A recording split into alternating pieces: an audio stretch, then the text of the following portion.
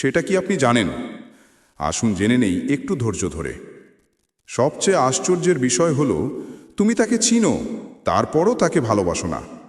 তার আহ্বান শোনো, কিন্তু তার আহ্বানে সাড়া দিতে বিলম্ব করছো। তার সাথে লেনদেন করলে অনেক মুনাফা হবে এ কথা জানো, অথচ তুমি অন্যের সাথে লেনদেন করছো। তার রাগের পরিমাণ তুমি জানো, অথচ তার থেকে বিমুখ থাকছো। তার অবাধ্যতার চরম শাস্তি ভোগ করছো, অথচ তার আনুগত্যের মাধ্যমে তার ভালোবাসা তালাশ করছো না। তুমি অন্যের ব্যাপারে আলোচনা করে অন্তরের রস আস্বাদন করো, অথচ তার জিকির ও মোনাজাতের মাধ্যমে অন্তরকে প্রশান্ত করতে তুমি পাগলপনা হচ্ছ না। তিনি ব্যতীত অন্যের সাথে তোমার অন্তর সম্পৃক্ত করে আজাবের স্বাদ আস্বাদন পাচ্ছ, কিন্তু অন্যের কাছ থেকে পলায়ন করে তার নিয়ামতের দিকে এগিয়ে আসছ না এবং তারই দিকে ফিরে আসছ না। এর চেয়েও বেশি আশ্চর্যের ব্যাপার হলো, তুমি অবশ্যই জানো যে তাকে তোমার লাগবেই।